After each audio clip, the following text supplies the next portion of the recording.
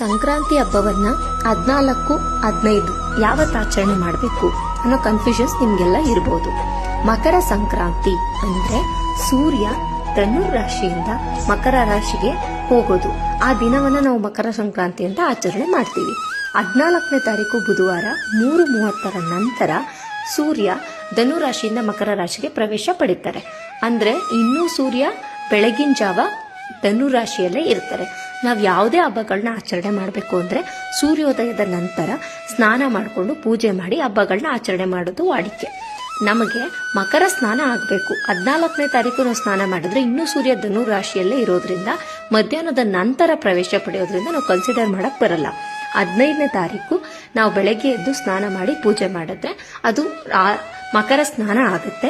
ಸೂರ್ಯ already ಮಕರ ರಾಶಿಗೆ ಪ್ರವೇಶ ಪಡೆದು ಆಗಿರುತ್ತೆ. ಸೊ 15ನೇ ತಾರೀಕು ಹಬ್ಬವನ್ನ ಆಚರಣೆ ಮಾಡಿ ಸಂಕ್ರಾಂತಿ ಹಬ್ಬದ